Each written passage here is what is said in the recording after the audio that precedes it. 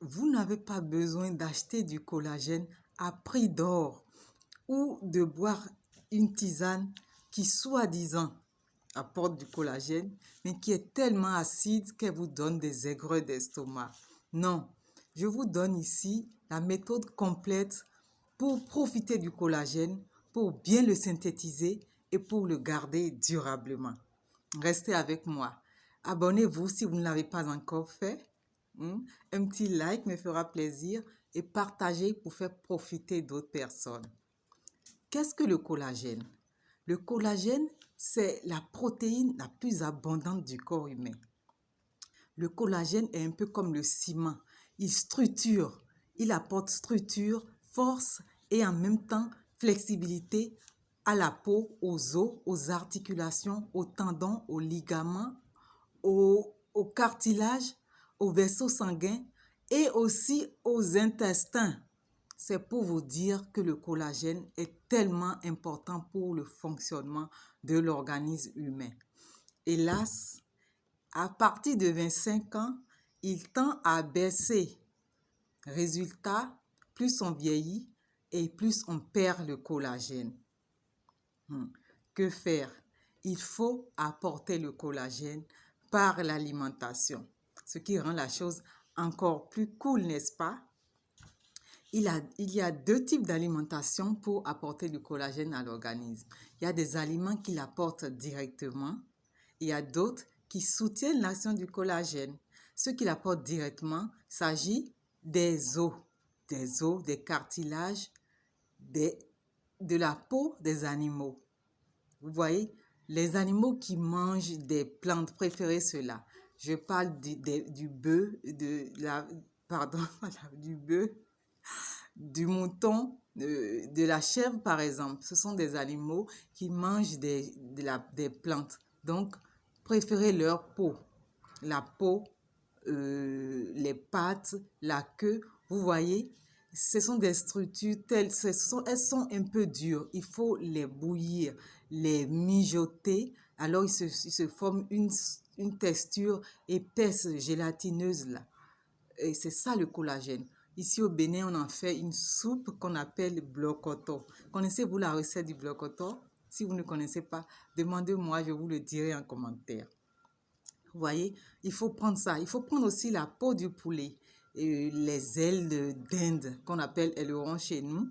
Et on peut aussi en prendre, et on peut aussi trouver la peau, pardon, le collagène dans à peu près tous les poissons. La peau et les arêtes de poisson contiennent du collagène, donc il faut consommer cela. À partir de 30 ans, commencez à en prendre.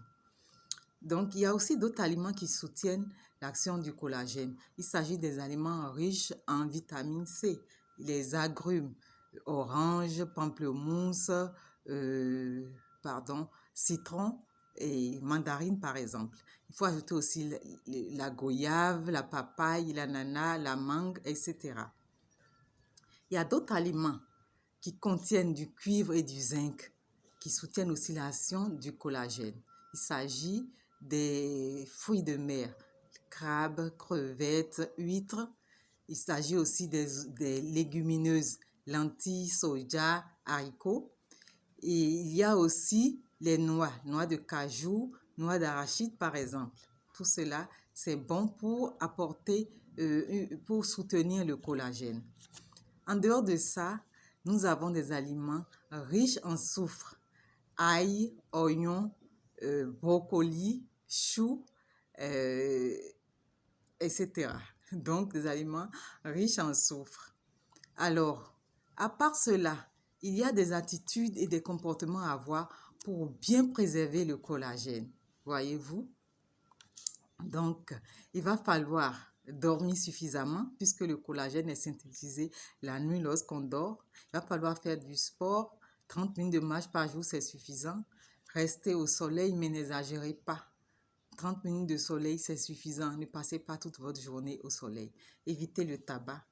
Ayez une habitude ou une activité relaxante qui vous apporte du bien-être. Est-ce que vous aimez peindre? Est-ce que vous préférez dessiner? Vous aimez cuisiner? Qu'est-ce que vous aimez faire? Faites-le. Ça va diminuer votre stress. J'ai déjà dit éviter le tabac. Et quoi d'autre? Souriez à la vie.